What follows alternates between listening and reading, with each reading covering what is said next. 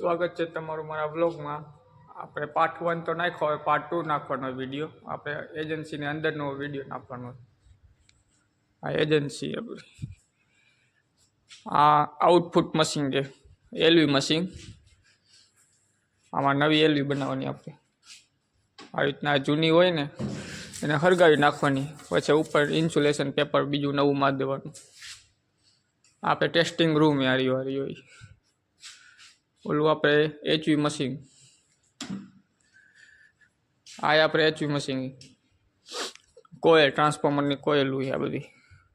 આ કોયલું બનાવી, આમાં નવો જ વાયર નાખવો પડે। આપણી એજન્સી આ આપણે હે ભઠ્ઠી।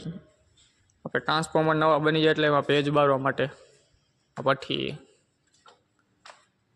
આ ભઠ્ઠીની પેનલ બોર્ડ, આ પેનલ બોર્ડ અહીંથી કરવો એટલે ચાલુ થઈ જાય બાની, 100 ટેમ્પરેચર ઉડી જાય। આ આપણે હે ઓઇલનું ઓઇલ ફિલ્ટર, એની ઓઇલ પાછું નાખી દેવાનું, ઘટે નવું ઓઇલ આવે આપણે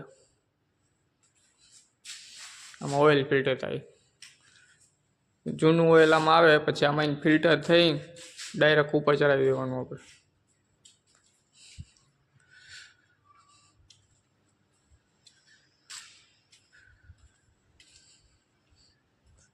આ બધા ટીસી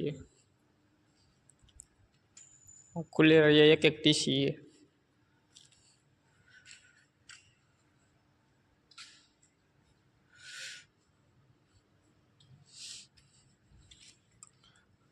એમોરફોસ તમને કહેતો હતો ને, કાગળવાળી કોર આવે, આ પતરું જ આવે, આની કોર આવી આવે।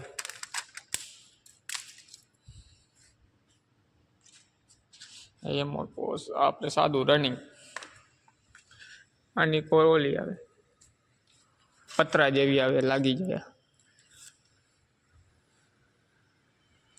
આની આવી કોર આવે, આની તો હાવ કાગળ જેવી જ આવે એમોરફોસની કોર।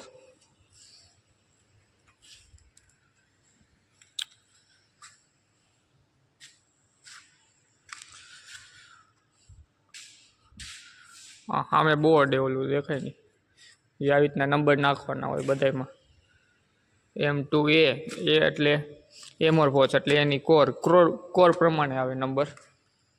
S એટલે CIGO એટલે એની કોર આવી હોય CIGO। હજી એક W આવે વાઉં કોર, એની આખી ગોર કોર હોય।